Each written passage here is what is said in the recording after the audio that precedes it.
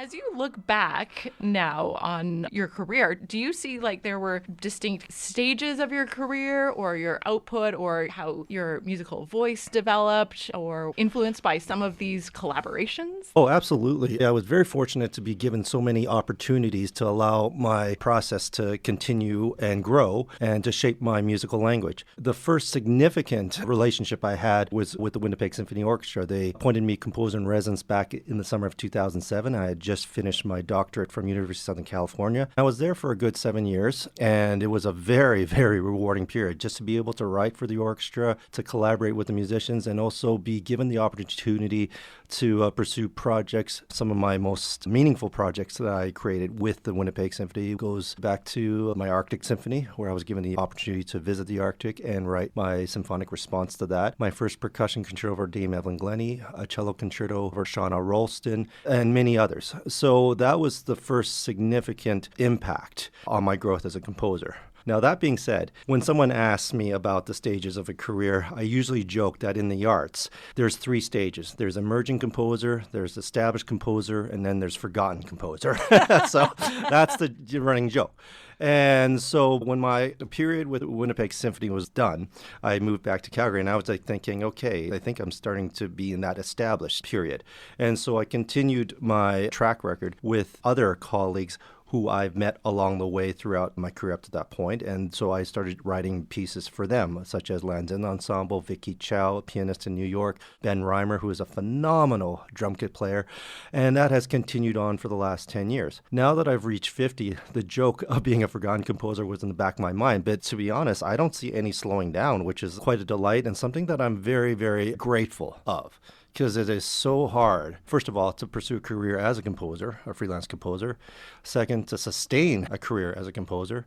And third, to continue that energy even into your senior years, which I don't consider myself senior, but at 50, you can't help but start to think about the next 10 years has in store for you. And to my delight, I'm still busier than ever. I'm just finishing up a timpani concerto for the Taipei Chinese Orchestra. I'm also writing a tuba concerto for Tom McClaslin for tuba and wind ensemble. And I'm also in preparation of a new piano collection called the 12 Chinese Zodiac Animals Book 3 Concert Etudes, which is going to be premiered in New York by students of the Manhattan School of Music. So it doesn't seem like there's any slowing down, which I am so grateful of. I'm inspired every morning to start writing music for people who inspire me, and I hope to continue this energy for as long as I can. Tell me about those sources of inspiration and what gives you that energy. For a composer or any artist, trying to write something fresh from a blank slate is hard enough. And so that's why I rely on collaborators who I trust, because they inspire the best out of me. For example, Vicky Chow, a pianist from New York, she premiered a work of mine for drum kit and piano called Kickin. And she and Ben Reimer premiered it in Vancouver.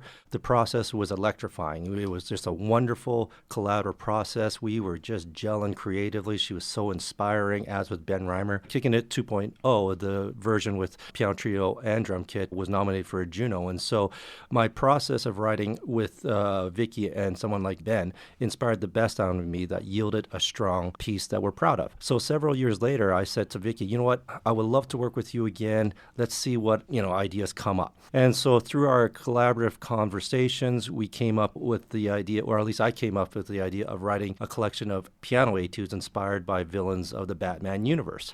And I thought, yeah, that's exciting. That just taps into so many things that I want to explore in musical form, especially in pianistic form. And so that collection has now become my most performing collection and was also nominated for a Juno Award back 2 years ago. And so when I write a piece, I don't start until I know what the inspiration is, who I'm writing for, and what we inspire out of each other. Another example is this tuba concerto. I didn't know what the inspiration was going to be, but I know that Tom is someone that I truly respect. He's a fantastic tubist, is the principal tubist of the Calgary Phil. And after some conversations, things started to gel, and I just couldn't help but think of the comic book character Kingpin, because he just reminded me of that character, and that started off my inspiration. So that's what I ran with. And the creative energy that he brought to the table. And so in terms of inspiration, what keeps me going is the people I write for, the people who inspire me, the people who I want to write for because there's something of their talents that I want to honor in musical form. A great example is the timpani concerto for the Taipei Chinese Orchestra. Their timpanist, Xiang Fang, when I first saw her perform a number of years ago with the Taipei Chinese Orchestra, she's a rather small person, but when she's behind the timpani, she's a beast, absolute beast. I can do almost anything on the timpanist. And we got into conversation about wanting to write a piece for her. And so we had this dialogue and this conversation. I got this energy from her, this like firecracker energy that conjured up so many ideas. And I couldn't help but think that given this generation she's from and the kind of energy she brings to the table, I couldn't help but think of rave culture. And so my timpani concerto is titled Cyber Rave. And so it's inspired by that, but written in the context of Chinese traditional instruments. And that's what excited me. It's like, okay, how can I take this world, bringing it together with this traditional world, and what can I come up with? And that's what excited me, to see what I could come up with, the challenge of that.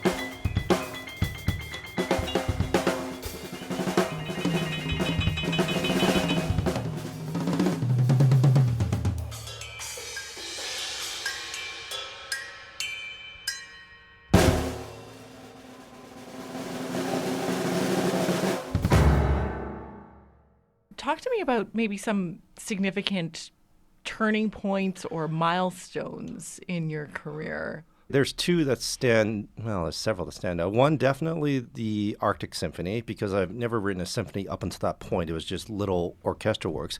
But a full-on symphony, that was a tall order. And I felt I really needed to up my game and pour my heart into that project because I wanted to create a symphonic portrait of the Arctic as I experienced it. And that was an incredible process, just going to the Arctic, visiting the indigenous communities, meeting with the scientists and learning about the Arctic from both sides of the world, and trying to take all that in and express it in musical form. So that was a profound impact as an artist, to be bringing together the scientific world and the traditional world together in symphonic form. The other was my percussion concerto, the Shaman, written for Dame Evelyn Glennie. Now, up until that point, I had never written anything for a musician of that caliber. I mean, by that point, she was already legendary status. And so I was scared to death. I mean, why on earth would she want me to write a piece for her? But I went through a very, very arduous process in preparation. I spent 3 months just practicing on the piano to try and raise my musical skills as close as it could possibly can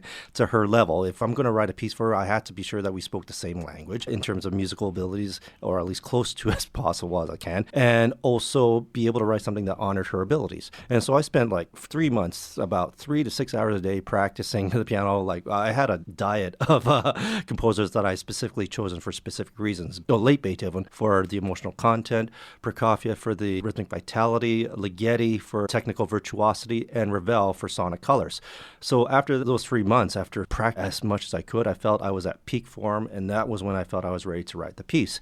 And I poured my heart into writing that piece, and she premiered it at the Winnipeg Symphony Orchestra on the opening night of their 25th anniversary New Music Festival, and it was broadcast nationwide. And that was one of the most significant events of my career, to write something for a musician of that caliber on that scale, and it was something that we are both very proud of. Can you tell me more about working with Dame Evelyn Glennie, who is an artist that is deaf, if people are not familiar with her and her work? Yeah, she is one of the greatest artists I've ever had the pleasure to work with and continue to collaborate with. She heard my Arctic Symphony. I think it just came across her radar, and when we invited her to Winnipeg for the New Music Festival, she wanted me to write a piece for her, and so that said a lot. I mean, she's a percussionist who's deaf, but was able to overcome that by approaching percussion differently than most Western classical artists. And what do I mean by that is that she experiences music very differently. She doesn't experience music within the criteria of melody, harmony, rhythm, or counterpoint. She experiences music as beyond that, from the vibrations of sound, the sonic colors, and more importantly, the energy that every sound and performer expresses when she's in performance. And so she responds to that through her entire body. In fact, she even says that her entire body is an ear. She doesn't just rely on just one factor. It's everything surrounding it. And so even when I see her testing out instruments to see if percussion instruments are up to her standard, I can see that she's not just testing the sound. For example, playing on a tom-tom, she's tapping on every area, trying to develop a connection with it, or trying to draw out the quote-unquote soul of that instrument to see if there's something there that she can work with. She's trying to draw out what kind of energy each instrument has. And so it's not just the sound, but the possibilities of what that instrument is capable of. And that will draw out her response to that energy within those instruments and inspire her to perform accordingly to what the possibilities of that instrument is. And so that was inspiring, just to see how she approached that. And so working with her, first time I worked with her was intimidating, but the more I worked with her, the more I understood the world she came from. I came in from the world of the Western musical tradition. And so I had to quickly abandon all that and adopt her world, experiencing music through her world, experiencing every sound, every gesture, every sonic color as she experiences, and try to find a way to communicate with her in my music that fits within that criteria, I guess you could say, or just how she connects with the world. So that way it better allows her to express who she is as a percussionist. Another creative impact for me from working with her is to put myself in the performer's shoes, to understand what their strengths are, their limitations are, are and gives me something to work with to see what I can work within that and see how far I can push those boundaries in the music I write for them. And yeah, and the collaborative process is fantastic. I mean, we have a very healthy dialogue. She tells me if something works or something doesn't work or something that she has an idea to can improve on. And it's that kind of relationship that I treasure because it makes me a better composer. It makes me better understand her performance practice, the percussion performance practice, and it really impacts how I write music from then on with everything I learned from her. Beautiful. And I love how you spoke about building and establishing that trust and that relationship.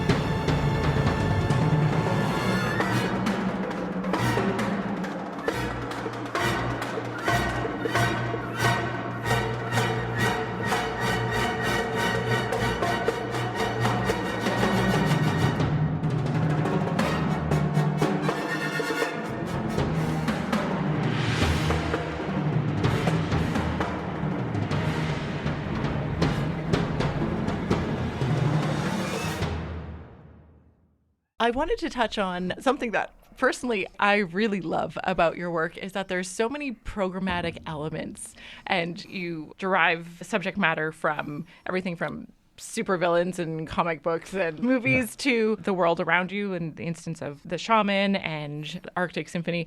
What kinds of elements do you try to embody and capture in your music? That's a great question. I've been trying to wrestle with how to answer that whenever I get asked, and the best I can provide is this. You know the saying that always listen to your inner child. The other part of that is I add is, but be sure to guide it with your outer adult.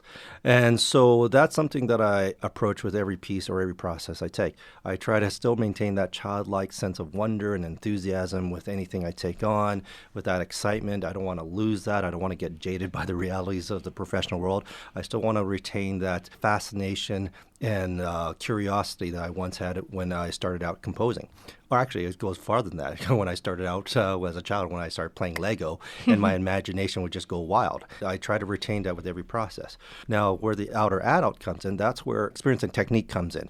All right, so I come up with these ideas, I'm inspired, and then I try to find a way to communicate it to audiences and musicians in notation form that would make sense of them, that would be very clear as to what the music is trying to say. And that's where the outer adult is. It's just try to take that inspiration, notate it or write it out on paper that other people can understand. And it's much like how many creative artists write. And so when it comes to many of my works, yes, there's a lot of extra musical inspirations. Actually, the Supervillains is a great example. How it started was several years ago. One summer, I found my collection of Batman comics, and it was also during a time when I wanted to write my own set of piano etudes, but I didn't have a theme for it. As I was rereading these comics, I realized that many of the Batman villains are put in Arkham Asylum, which is not a prison, which suggests that they have neurological or mental disorders that are manifested in criminal form. And so that got me thinking, okay, well, what if I did a psychological profile on each and every one of them? And that's what I did. Riddler, Two-Face, Penguin, Catwoman, Poison Ivy, and of course Joker. And it was fascinating just to treat these characters as actual human beings with case studies. So, for example, Two-Face, PTSD, possible bipolar disorder, balancing things in black and white, a little bit of narcissism, things like that, and many more. Once I had that psychological profiles, then I gave it to 3 dancers and choreographers and asked them, if these were real people and you read their profiles, how would you recreate their movements? How would they walk? How would they move their hands when they talk? And I filmed them, and I found their interpretations fascinating. And that triggered a lot of ideas for me to recreate them in pianistic form. So this is one of those examples where it started with the comic books. So the inner child in me was just like, oh, wow, my comic books, I love this. And then the outer adult comes in and started to approach it within a very detailed process, from creating the psychological profiles in very detailed form, speaking to dancers and choreographers, and then figuring out how to recreate those in pianistic form. And so that's how the imagination or the musical universe I create is created. And I love that multifaceted approach with those etudes.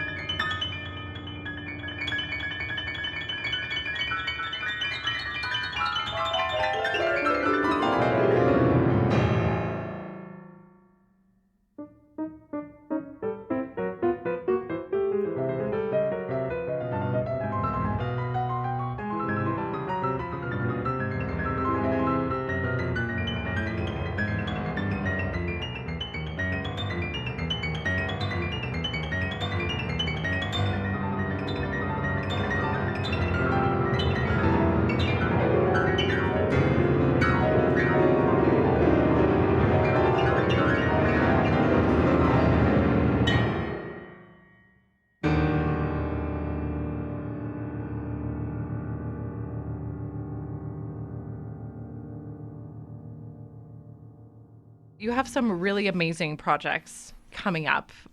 Shall we dive into some of those? Can you expand a little bit more on Dame Evelyn, Glennie, and the Saskatoon Symphony perhaps coming up? Sure. So Saskatoon Symphony programmed my second percussion concerto I wrote for Evelyn Glennie. It's called From Darkness to Light. It was premiered 2013 by the Winnipeg Symphony. For the Saskatoon performance, they have my longtime colleague Carl Hertzer conducting, who was the associate conductor with the CPO here. And that piece came about from various circumstances. For one, after the success of the Shaman, Evelyn and I were very eager to work together again. We just didn't know on what capacity. And I really wanted to write another concerto, but I needed to find an inspiration. I didn't have one yet. Around 2011, 2012, I got contacted by a friend from Los Angeles, Luc Liestemacher. He's a wonderful artist and an entrepreneur, and he told me, I was informed that he was diagnosed with cancer, and he was detailing the year that he had to live with cancer from being diagnosed, going through the treatments, going through his spiritual journey, and then eventually coming to that point that one comes to, which is acceptance. And he and I were very close. He was a big supporter of my music. During that year, he also created a lot of paintings to track his journey, to express his journey in artistic form. And he found that so therapeutic and a beautiful way for him to share his journey with others who are living with cancer as well, as a way of connecting with them. So he proposed the idea of creating a symphonic work that expresses that journey, hence the title, From Darkness to Light. And it was a pretty heavy topic. And first of all, when he told me about his condition, I was floored. I was very shocked by it because he seemed like a very healthy man. I talked to Dame Evelyn, and we agreed that this was a theme that warranted symphonic representation. And in preparation for that, I interviewed many people who were either living with cancer or had survived cancer, and just to hear their tales and their stories. All of them shared similar journeys, like across the board, similar to what Luc Liestemacher went through. And it had a profound impact on me. Up until that point, I was only in my 30s, so I didn't have as many people within my friend group that was impacted by cancer. I had a small handful, but I didn't have anybody I knew closely until Luc was diagnosed. And so I felt I needed to really dig into the topic. So not only did I interview these people who had cancer, I also did a lot of research. I collaborated with the University of Manitoba's oncology department, understood the research that was there, what cancer was all about, all the forms of cancer. And so that set the stage for me to write my symphonic response on cancer and try to give voice to those who are living with cancer so they may share their journey with others in symphonic form. The performance that's happening in Saskatoon is going to be very, very meaningful because the last time I had a performance there was the premiere of my saxophone concerto, Whimsical Concerto of Fanciful Birds, that was premiered by Saskatoon Symphony and Timothy Mickelthwate as a soloist, and the conductor was Robert Franz. That was in 2023. As of 2 months ago, as many of us in the industry know, Robert Franz lost his battle to cancer. And so now coming back to Saskatoon, knowing that the last time I was there was working with Robert and knowing the connection of his loss to the battle of cancer and what this piece is about, it's taken on a very significant meaning. And those who know my music and who were initially involved in the process of the creation of the piece back in 2013 are actually coming to Saskatoon from Winnipeg to Los Angeles. A lot from Calgary are flying out to Saskatoon to attend this performance because over the years, the piece has taken on a very significant meaning for many of them. This is one of those orchestral works that taps into an area that affects everybody on some level. I mean, we've all connected or impacted by cancer on some level. And speaking of Maestro Franz, you mentioned the Windsor Symphony as a collaborator on an upcoming project. Yeah, after Robert premiered my saxophone concerto with Saskatoon, he immediately programmed it for this season with the Windsor Symphony, and he was planning on, conducting it himself with Timothy coming from Michigan to perform as a soloist, as well as bringing 6 students from the University of Michigan saxophone department performing the spatialized saxophone part. Now, in the piece, it's written for orchestra, saxophone, and spatialized saxophones. And what that means is that I wrote it in a way where it incorporates saxophonists placed in the upper balconies surrounding the audience to recreate the sound of birds, as if the audience is being surrounded by birds and responding to the materials that Timothy is performing on stage. And that's the sonic experimentations that I've been incorporating in my orchestral works is something that I've been developing over the course of years. In fact, it's part of my orchestral thinking now. So when Robert premiered it, it was a wonderful performance. We couldn't be happier. He was very excited to bring it to Windsor. Unfortunately, he lost his battle to his cancer 2 months ago, and so they had to bring in another conductor, Jerry Hu, from the U.S., who will be conducting it. And both Timothy and I are going to be very emotional during the performance, knowing that this was Robert's orchestra. He was the music director of Windsor Symphony for many years, a huge advocate of contemporary music, and made a significant impact in the community in so many ways. And to perform the work with his orchestra, knowing that he's not there, is going to be a very emotional period.